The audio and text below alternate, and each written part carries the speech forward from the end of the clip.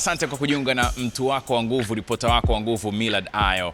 Hapa ni Pugu Road, Dar es Salaam. Leo nimetembelea kwa mara ya kwanza Danube Home ambayo inapatikana GSM Mall. Bana, sikuwahi kujua kama kuna Watanzania wamewasogezea Watanzania wenzao vitu vyote vizuri. Sasa tembea na mimi tuone moja moja jinsi ambavyo inakuwa. Ni mara nyingi utakuwa umemuona Millard Ayo akiposti picha mbalimbali za nyumba kwenye Instagram, Facebook, Twitter na kwenye millardayo.com.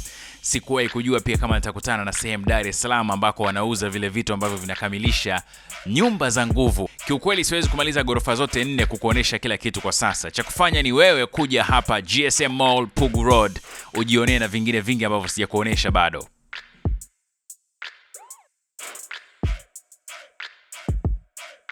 Jina naitwa Nyanda Paulo. Wakati tunaendelea kushusha kioo, hao bwana walikuwa wanafanya service.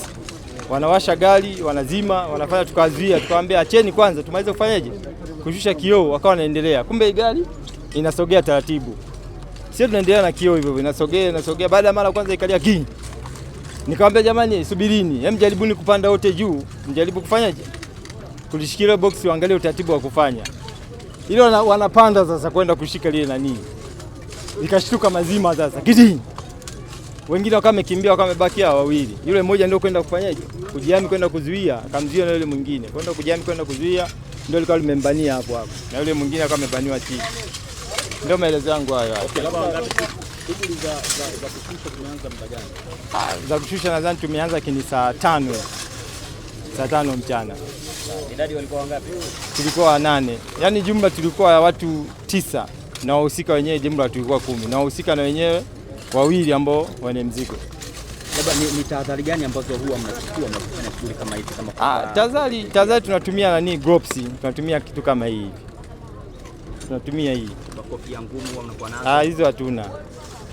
Hizo zote hatuna. Hamuoni kwamba ni hatari? Sawa, tunajua ni hatari. Hilo tu tunajua ni hatari, lakini tunatumia hii. Sawa. Waliofariki ni wangapi? Waliofariki ni wawili.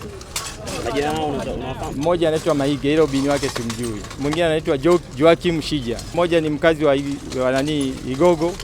Mmoja ni mkazi wa nani Mabatini. Mmoja namjua kwa jina la Maige. Mwingine namjua Joakim Shija. Maige ni mkazi wa Mabatini. Umri? Shija ni mkazi wa Igogo.